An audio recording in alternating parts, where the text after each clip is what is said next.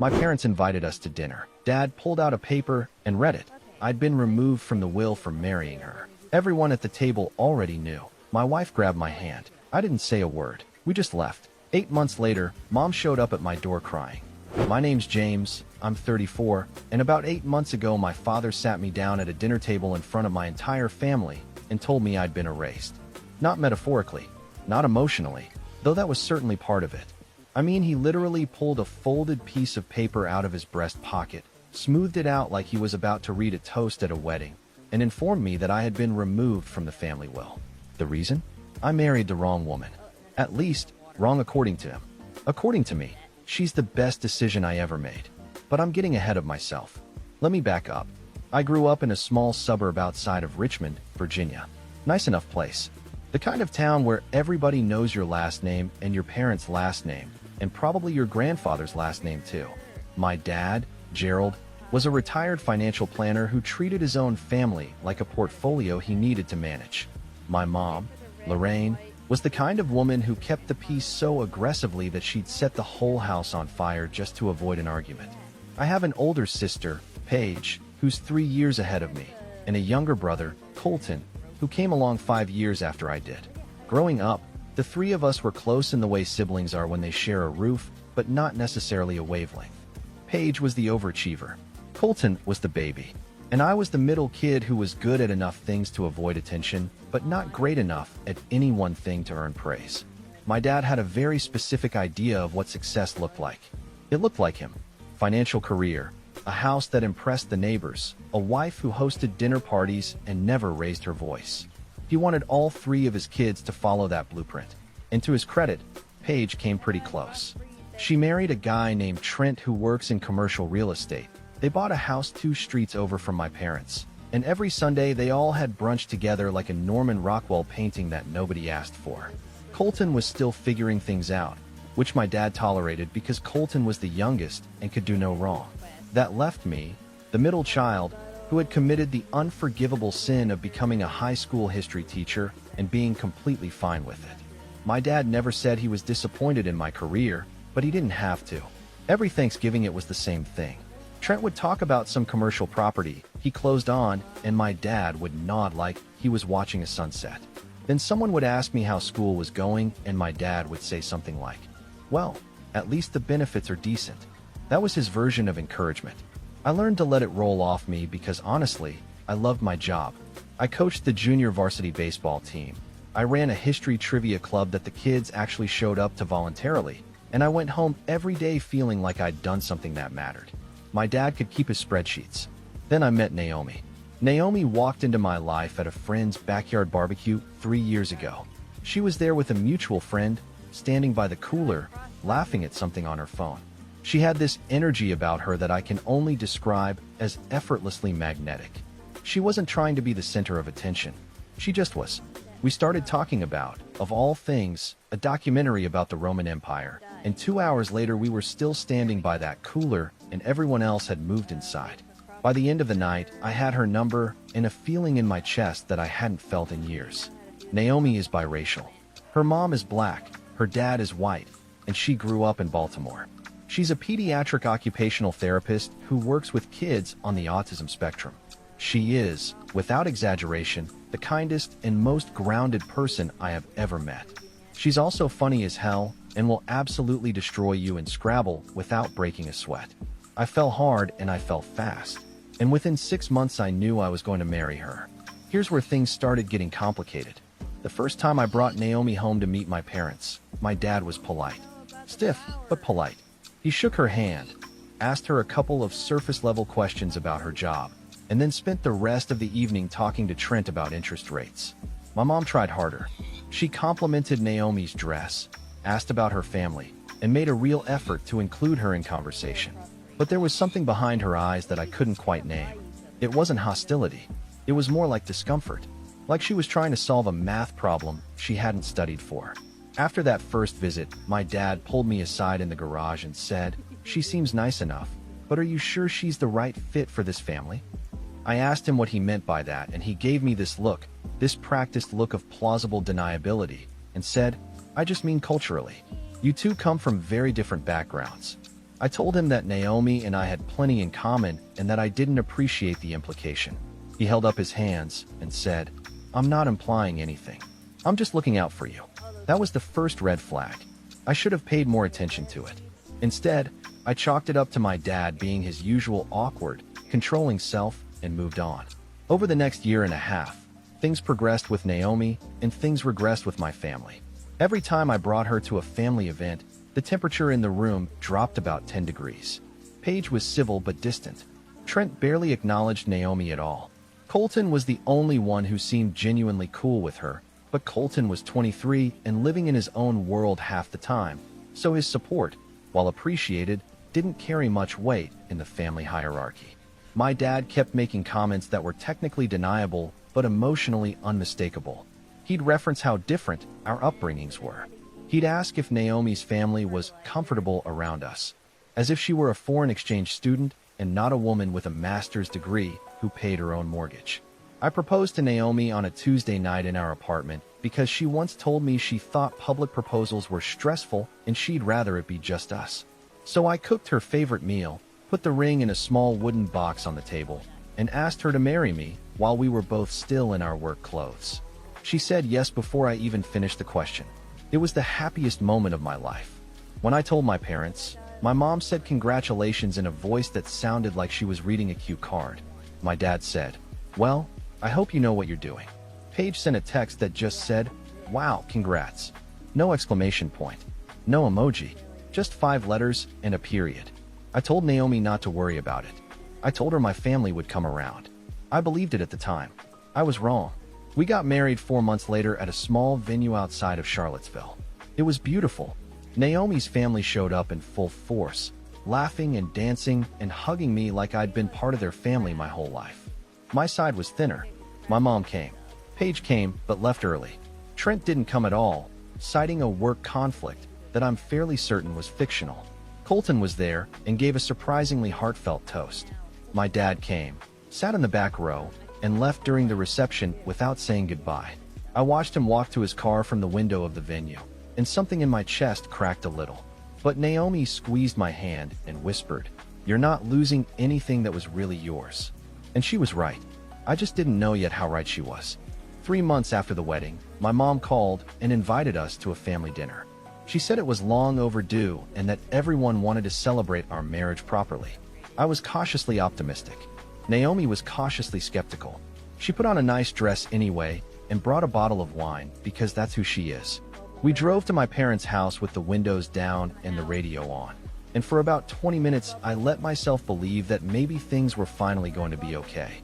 We pulled into the driveway, and I saw every car. Paige's SUV, Trent's truck, Colton's beat-up sedan.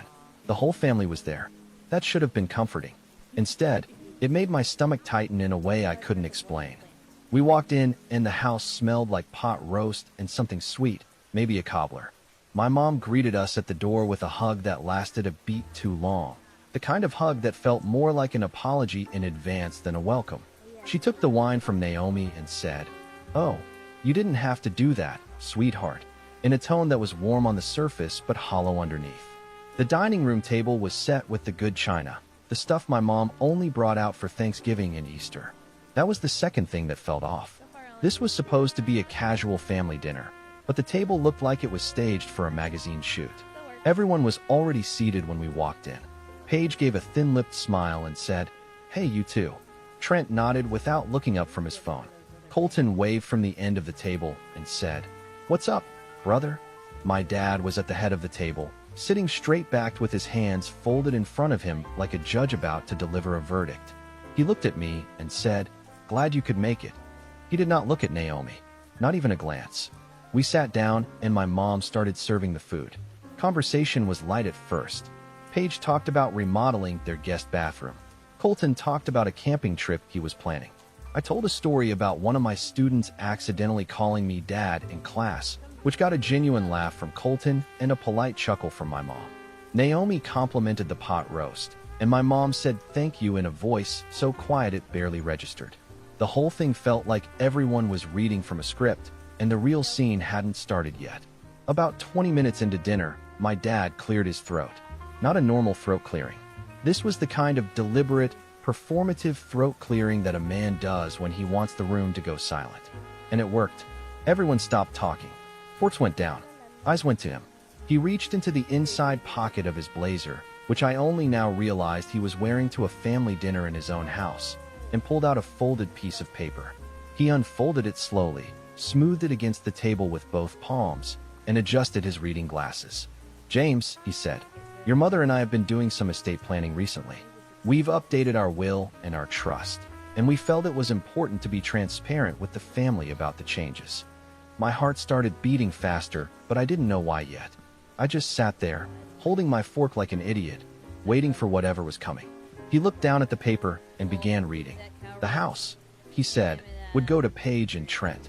The vacation cabin in the Shenandoah Valley would go to Colton.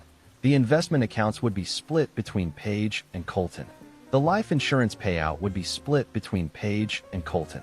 He read every single line item like he was presenting quarterly earnings to a board of directors. And not once did he say my name. Not once.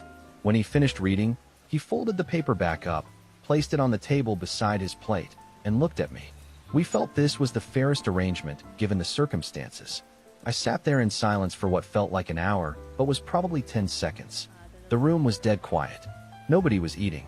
Nobody was moving. And then I looked around the table, and that's when it hit me. Nobody was surprised. Paige was staring at her plate like she was trying to will herself invisible. Trent was leaning back in his chair with his arms crossed, looking almost bored. Colton was fidgeting with his napkin, his jaw tight, avoiding my eyes. My mom had her hands in her lap and her gaze fixed somewhere near the centerpiece, blinking rapidly. They all knew. Every single one of them knew before I walked through that door. This wasn't a dinner. It was a sentencing. "What circumstances?" I said. My voice came out quieter than I intended. My dad took off his glasses and set them on the table.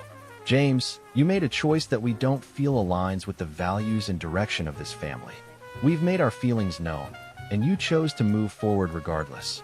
We respect your right to make that decision, but we also have the right to make ours." "A choice," I repeated. "You mean my wife?" He didn't flinch. "I mean the path you've chosen." I looked at my mother. "Mom, you agreed to this." She opened her mouth, closed it, and then said, "Your father and I discussed it. It's what we felt was best for everyone. You cut your own son out of the will, and you think that's best for everyone." I said, "Nobody's cutting you out of anything," my dad said, and his voice had that edge to it, that controlled anger he always used when he felt like someone was challenging his authority. "You're still part of this family.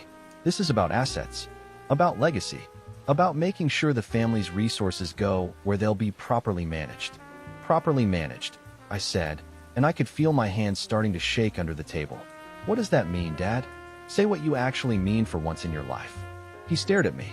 The room held its breath. And then he said, "It means I don't believe your current household reflects the values we've built this family on. And I'm not going to fund a direction I don't support." There it was. He didn't say her name. He didn't have to. Everyone at that table knew exactly what he meant, and nobody said a word to challenge it. I turned to Paige. "You knew about this?" Paige looked up, and her face was red. "James, I didn't. I mean, Dad told us last week. I didn't think it was my place to." "Your place to what? Warn me? Tell me I was walking into an ambush." "It's not an ambush," my dad said. "It's a family conversation." "No," I said. "A family conversation is when you talk to someone. This is a performance. You invited us here so you could humiliate me in front of everyone and make sure I knew exactly where I stood." The table went silent again. I could hear the clock ticking in the hallway. I could hear Naomi breathing next to me, slow and steady, like she was holding herself together with pure willpower. I looked at her. Her face was composed, but her eyes were glassy. She wasn't going to cry in front of these people. I knew that about her. She would hold it together until we were alone, and then she would let herself feel it. And I loved her for that. And I hated my family for putting her in a position where she had to. Naomi reached over and took my hand under the table. She didn't say anything. She just held on. And in that grip, I felt something shift inside me. The anger didn't go away, but it got quiet.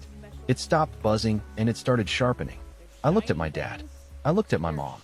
I looked at Paige and Trent and Colton. Every face at that table. And I made a decision. I pushed my chair back, stood up, and said, "Thank you for dinner." That was it. For words. I didn't yell. I didn't argue. I didn't give him the fight he was clearly prepared for.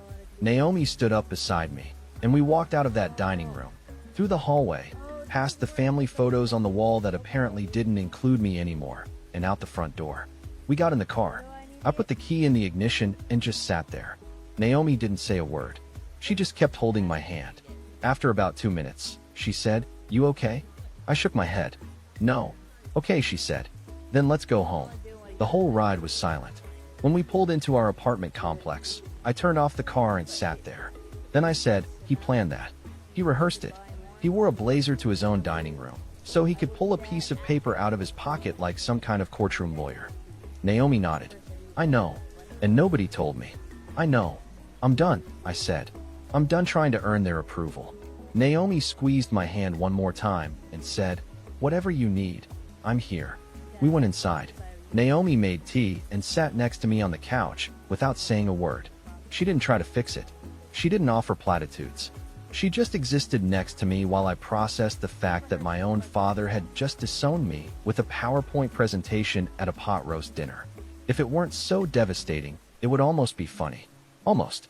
That night, I didn't sleep. I lay in bed replaying every moment. The folded paper. The blazer. The way my dad said current household, like Naomi was a stock he didn't want in his portfolio. He didn't just cut me out of his will. He invited me to dinner to watch him do it. He wanted Naomi to sit there and feel it. That wasn't estate planning. That was cruelty dressed up in a blazer and a folded piece of paper.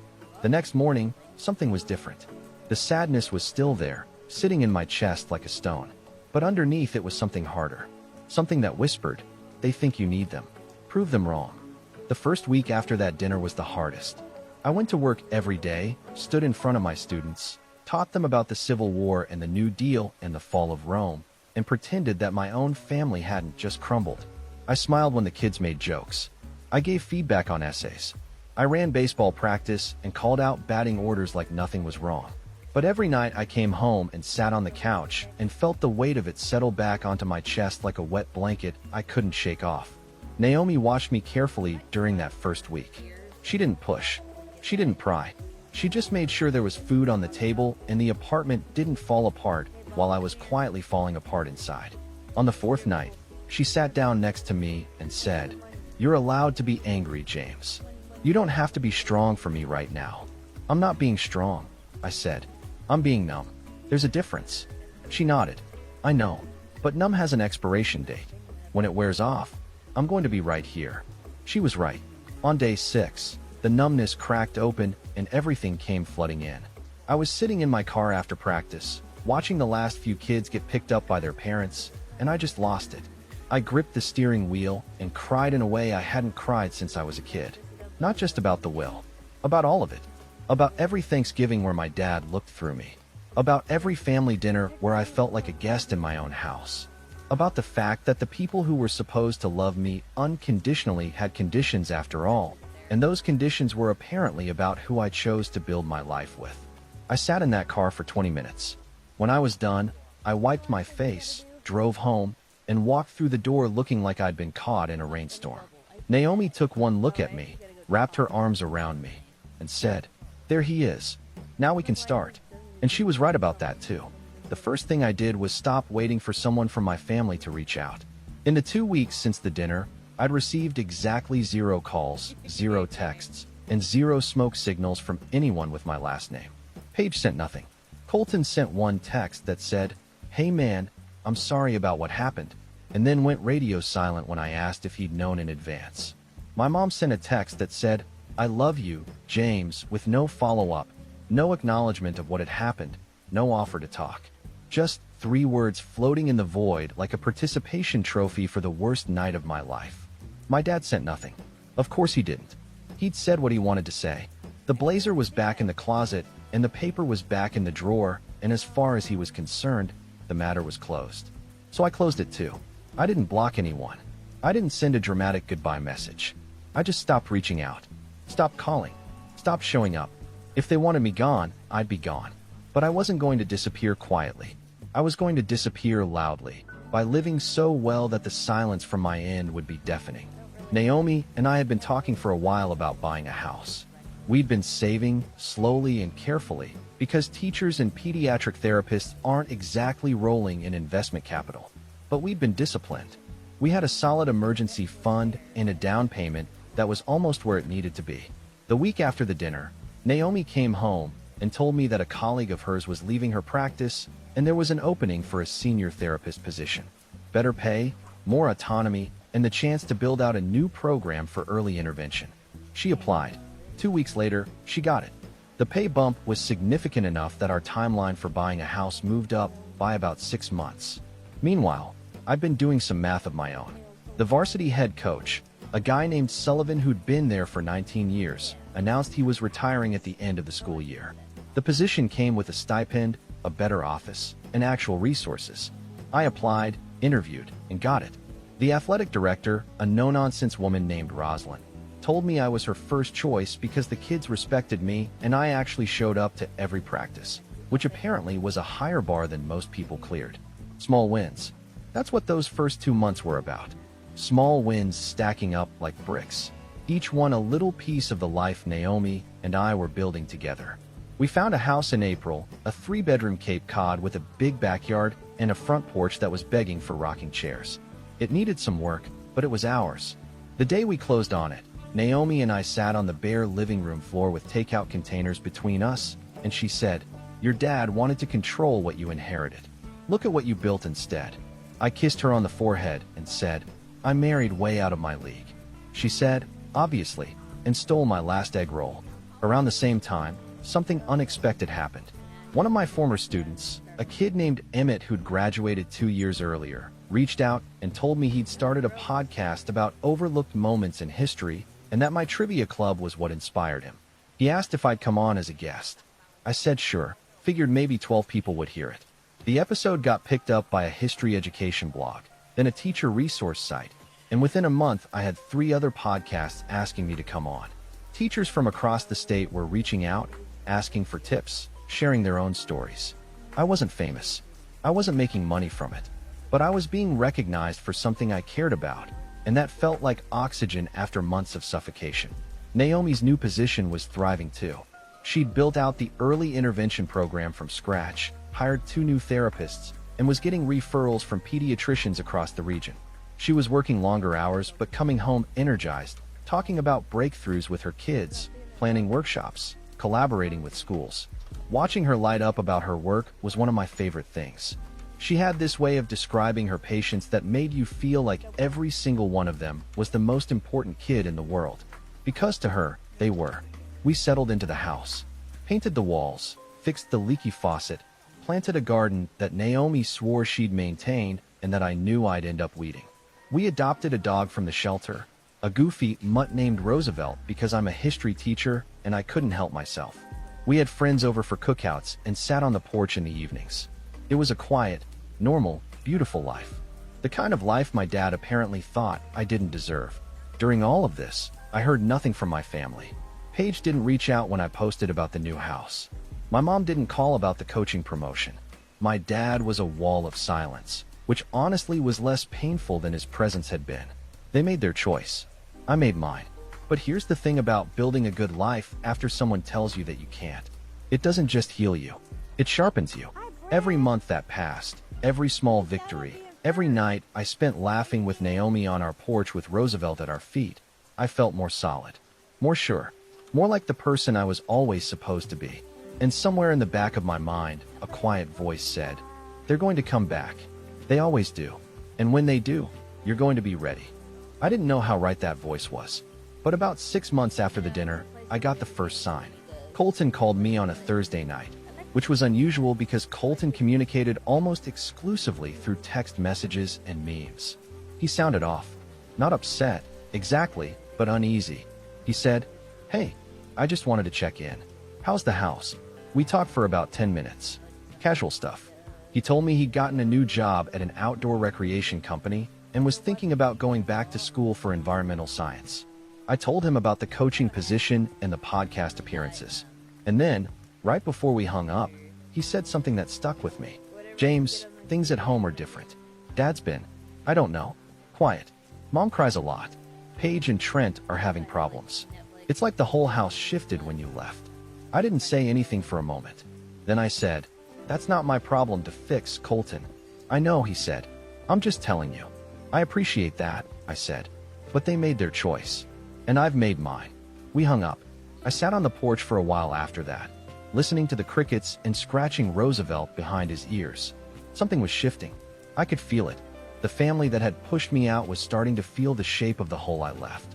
And for the first time, I didn't feel sad about it. I felt ready. 2 weeks after Colton's phone call, something happened that I didn't see coming. I was at school, sitting in my office after practice, going through game film for an upcoming matchup when my phone buzzed. It was a text from Paige, the first one in over 6 months. It said, "Hey James, can we talk? Just you and me. No dad." I stared at that message for a good 5 minutes. Part of me wanted to ignore it. Part of me wanted to respond with something petty. But the part of me that Naomi had helped rebuild, the part that was grounded and strategic instead of reactive, told me to hear her out. So I replied, "Sure. Coffee on Saturday." We met at a cafe halfway between our houses. Paige was already there when I arrived, sitting at a corner table with her hands wrapped around a mug like she was trying to absorb warmth from it, even though it was 75 degrees outside. She looked different, thinner, tired. The polished, put-together version of my sister that usually showed up to family events was gone, and in her place was someone who looked like she hadn't slept well in months. "Hey," she said when I sat down. "Hey." There was a long pause. Then she said, "I owe you an apology. A real one. Not a text message, not a phone call. Face to face." I didn't say anything. I just waited. "I knew what Dad was going to do at that dinner," she said. "He told me and Trent a week before. He said he was restructuring the estate and that he'd be making an announcement. He called it a family meeting. He didn't use the word disown, but the intent was obvious. And I didn't warn you." I didn't say anything. I sat there and watched it happen, and I've been sick about it ever since. "Then why didn't you warn me?"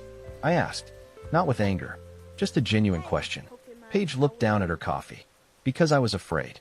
Dad has this grip on our family, James. He controls things. Money, property, approval. He's been holding that well over our heads since we were teenagers. When he told me about the changes, my first instinct was to protect my own position. And I hate myself for that. But it's the truth." I let that sit for a moment. Then I said, "I appreciate you being honest." "There's more," she said. She told me that since the dinner, things in the family had deteriorated significantly. My dad, who had always been controlling but functional, had become increasingly isolated. He'd picked a fight with Trent over some investment advice, and the two of them were barely speaking. Paige and Trent's marriage was strained, partly because of the family tension and partly because Trent had been dismissive of her feelings about what happened to me. She told me that Trent's response when she expressed guilt about the dinner was, "Your dad's money, your dad's rules." She said that was the moment she realized Trent might not be the partner she thought he was. And then there was my mom. Paige said Lorraine had been a mess, crying regularly, going to church more often, talking about me in conversations where I wasn't the subject. Paige said she'd overheard my mom say to a friend on the phone, "I lost my son over a piece of paper." But she still hadn't picked up the phone to call me directly, at least not in any meaningful way. That one text, "I love you, James," was all she'd managed. Paige said she thought our mom was paralyzed by guilt and fear of my dad's reaction if she reached out behind his back. "She's scared of him?" I asked. Paige shook her head. "Not scared of him physically, scared of the consequences. If she goes against him on this, she's afraid he'll turn on her too. You know how he is. If you're not with him, you're against him." I knew exactly how he was. I'd lived under that roof for 18 years. Paige and I talked for almost 2 hours. She told me she wanted to rebuild our relationship, that she missed me, and that she understood if I needed time or space or both. I told her I appreciated her coming to me and that I wasn't going to pretend everything was fine, but I also wasn't going to punish her for being honest now. We agreed to stay in touch, not performatively, not out of obligation, but genuinely. When we left the cafe, she hugged me and said, "Naomi is wonderful." I should have said that a long time ago. "Yeah," I said. "You should have." When I got home, I told Naomi everything. She listened without interrupting, which is something she does that I will never stop being grateful for. When I finished, she said, "How do you feel about it?" "Cautiously hopeful," I said, "but also like I'm watching chess pieces move and I need to be careful about which ones I trust." Good instinct, she said. What do you want to do? Nothing right now, I said. I want to let them come to me. All of them. I'm not chasing approval anymore. If they want to be in my life, they need to show up properly. Not with a text. Not with a coffee meeting. They need to look at Naomi and see what I see, and they need to say it out loud. Naomi smiled at me. Since when did you get so strategic? I married a therapist, I said. Some of it rubbed off. Over the next few weeks, I noticed something interesting. The podcast appearances I'd been doing had started gaining real traction. A state education association reached out and asked me to speak at their annual conference about innovative approaches to teaching history. The conference was in Richmond, which meant it was about 20 minutes from my parents' house. The organizer, a woman named Waverly, told me they'd seen my podcast episodes and thought I'd be a perfect keynote for their Saturday morning session. Keynote. Me. The middle kid who picked a career his dad considered barely a step above volunteering. I said yes immediately, and then I did something I probably shouldn't admit to.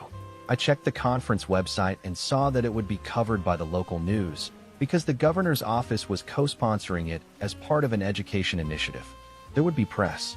There would be photos. There would be a public record of James, the disappointment, standing on a stage in his hometown being celebrated for the exact career his father had dismissed. I'm not going to pretend I didn't enjoy that thought. I'm human. Meanwhile, Naomi had news of her own. She'd been approached by the director of the Children's Hospital Network about expanding her early intervention model to 3 additional sites across the state. They wanted to fund a pilot program, and they wanted Naomi to lead it. The salary was a significant step up, and more importantly, it would put her in a position to help hundreds more kids. She was electric about it. I watched her pace around the living room, outlining her plans, talking about staffing and training protocols and outcome metrics, and I thought, this is the woman my father thought wasn't good enough for his family. This woman who is about to change the landscape of pediatric therapy in Virginia. The irony was so thick you could choke on it. I called Colton and told him about the conference. He said he'd try to come. I told Paige, and she said she'd be there for sure. I did not tell my parents. I didn't need to. I knew the way small-town information traveled. Word would get back to them. It always did. The week before the conference, I sat on my porch with Roosevelt sleeping at my feet and Naomi reading beside me, and I felt something I hadn't felt in a long time. Not anger, not sadness, not even vindication, exactly. It was something quieter than that. It was the deep, bone-level satisfaction of knowing that I had built something real, a career I was proud of, a home I loved, a marriage that was the strongest thing in my life. And none of it, not a single piece of it, came from my father's approval or his money or his folded piece of paper. He thought removing me from the will would bring me to heel. Instead, it set me free. The night before the conference, Naomi laid out my suit and said, "Hey, you're going to be incredible tomorrow." What if I'm not? I said, because even confident people get nervous sometimes.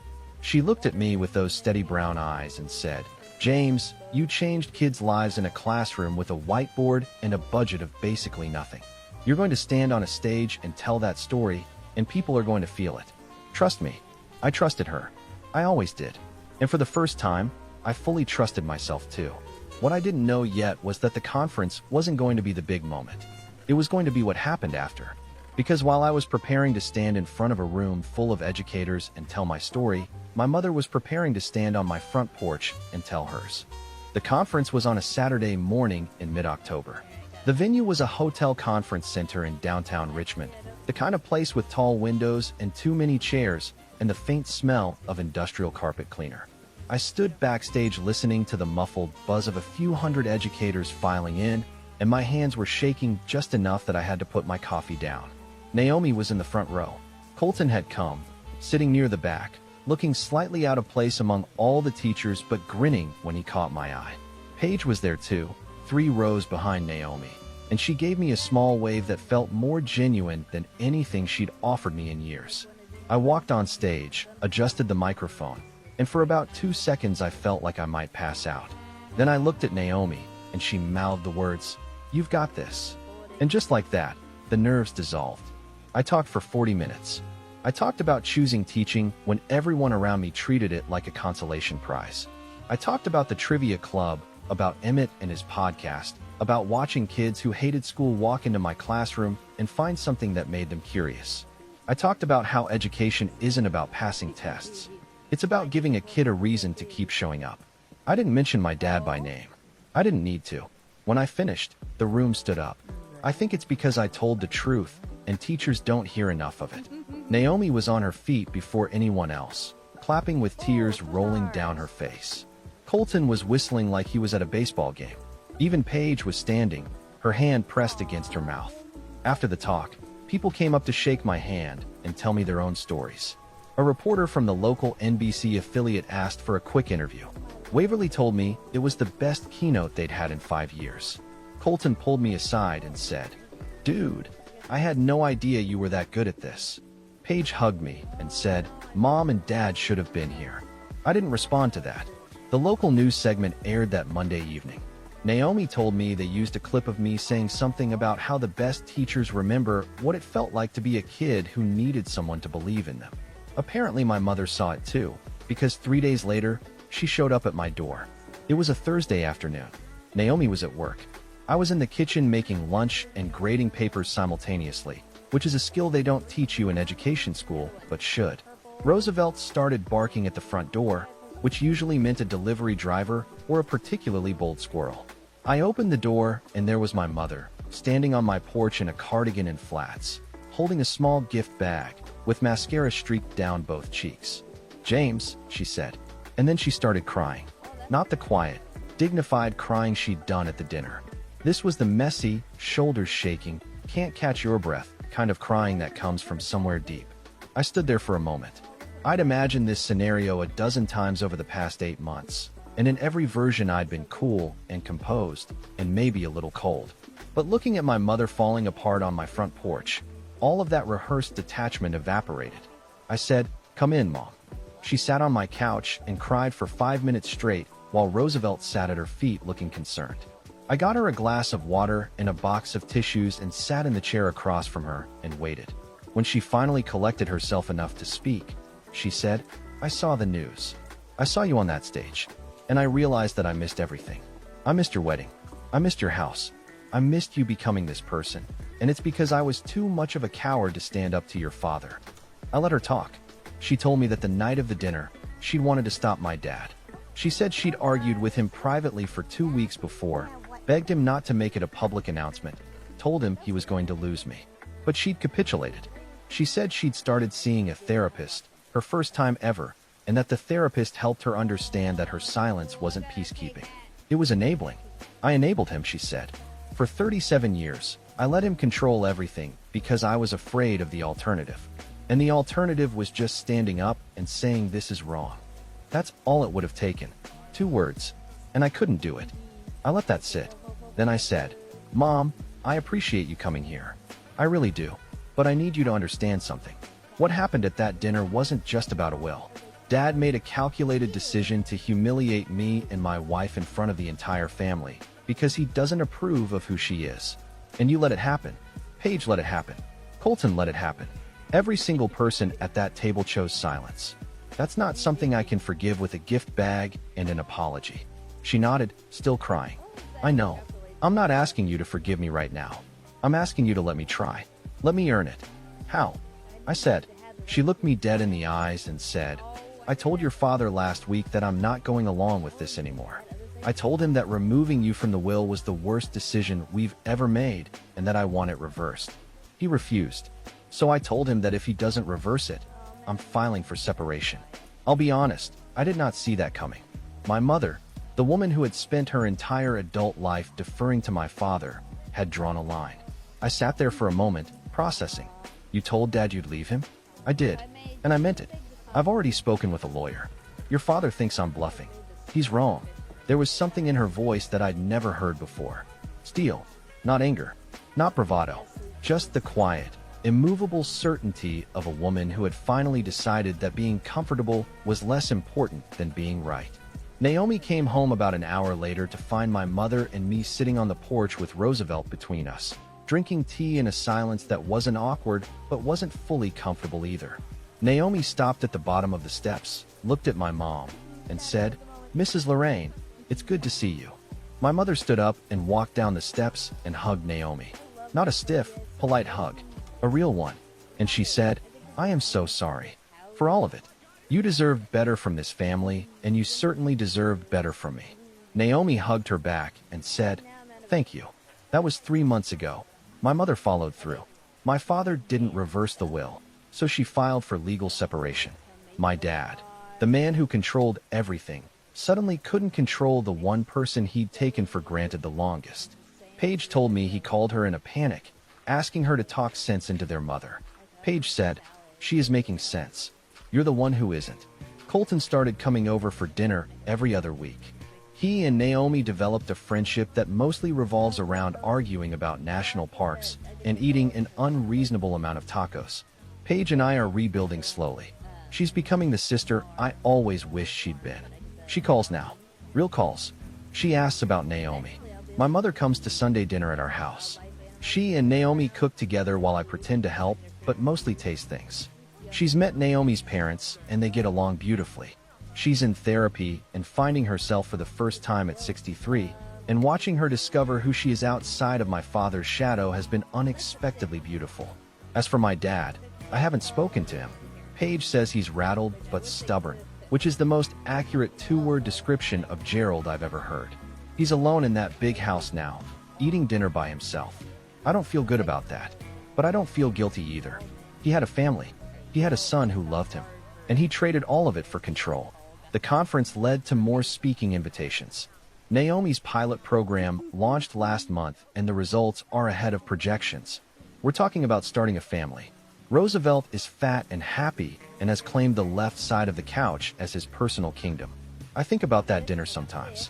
The folded paper, the blazer, Naomi's hand finding mine under the table while everything collapsed. And I think about what she whispered on our wedding night. "You're not losing anything that was really yours." She was right. I didn't lose a thing. I just stopped holding on to what was never mine to begin with. And the moment I let go, everything I actually needed was already in my hands. So that's my story. If you're dealing with a family that treats their love like a transaction, I want you to know something. You are not the problem. You were never the problem. Build your own table. Fill it with people who show up because they want to, not because they're afraid of what happens if they don't. That's what I did, and I've never been happier.